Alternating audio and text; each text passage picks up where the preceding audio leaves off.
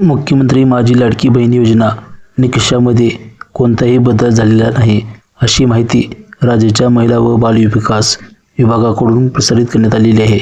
याचीच माहिती आपण सविस्तर पाहणार आहोत. महिला व बालविकास विभाग सोलापूर दिनांक 11/12/2024 रोजी ही नोटीस काढण्यात आलेली आहे. प्रति बालविकास प्रकल्पाधिकारी एकात्मिक बालविकास सेवा योजना प्रकल्प सर्व जिल्हा सोलापूर. विषय पहा, मुख्यमंत्री माझी लाडकी बहीण योजनेबाबत. उपरोक्त विषयान्वये आपणास कळविण्यात येते की या कार्यालयाचे असे निदर्शनास आलेले आहे की मुख्यमंत्री माझी लाडकी बहीण योजनेबाबत समाज माध्यमाकडून रील्स व्हिडिओद्वारे वेगळी माहिती प्रसारित करण्यात येत आहे. यामुळे लाभार्थी महिला तसेच जनतेच्या मनात गैरसमज निर्माण होत असून याबाबत वेगवेगळ्या स्तरावरून या कार्यालयाकडे विचारणा होत आहे.